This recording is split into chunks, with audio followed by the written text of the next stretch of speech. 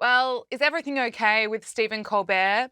He's been having a hissy fit on air because he was reminded by lawyers at CBS of a little thing called the law. And now that temper tantrum performance of his, which we'll show you in a moment, has totally backfired, with CBS calling him out for lying to his audience on his program, which I doubt is the first time.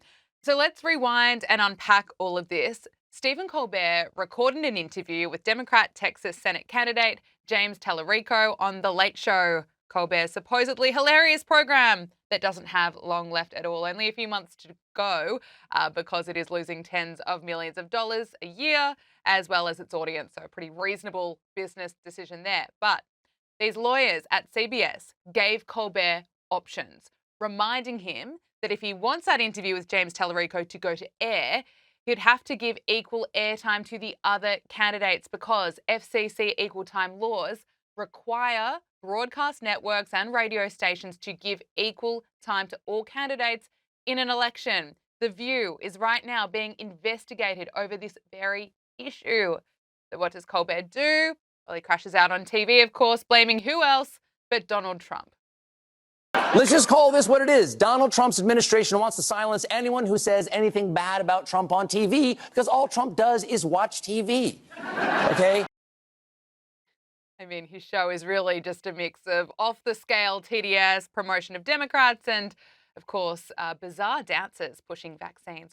So Colbert claims that this is censorship, which is simply not the truth. But just like what happened with Jimmy Kimmel, who was suspended after making tasteless jokes and lying about Charlie Kirk's murder, Donald Trump is blamed for business decisions. And the leftist media, they lap it up. They always do. Here's the article from The Atlantic. I mean, look at this headline. Censorship comes for Stephen Colbert. The latest dust-up between the talk show host and CBS should be concerning for people of any political leaning. Yes, very concerning. MS Now host Lawrence O'Donnell has also raged about this on his program. Of course he did. I mean, these people have nothing better to do other than to rage about Donald Trump. It is such a waste of time. So CBS is pushing right back against Colbert's rant and is really calling him out for his lies, making it known that Colbert was never prohibited from broadcasting that interview. He was reminded of the equal time laws. This is the statement from CBS.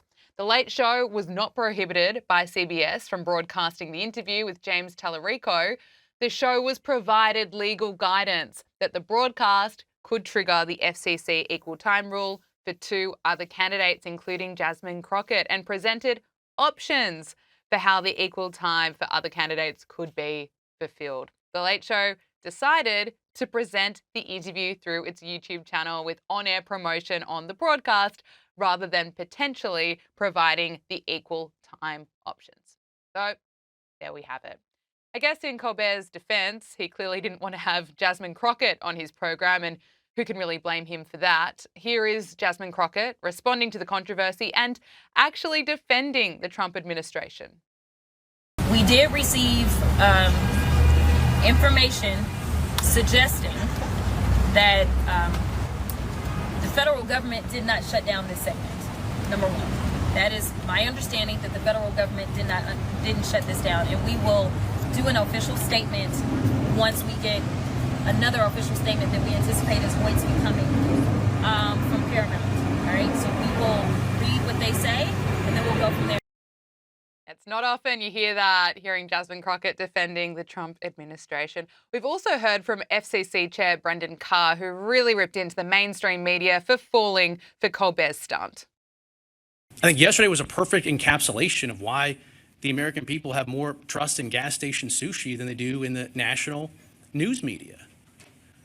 And this was very plainly an effort ginned up to get clicks and to raise money. And you guys ate it up like slop. And when it was pointed out that the facts were completely different than what the fake news media was running with, nobody did like an about face and did a fact correction. They just pivoted and moved away. And again, I think this is why the American people simply don't trust the news media anymore.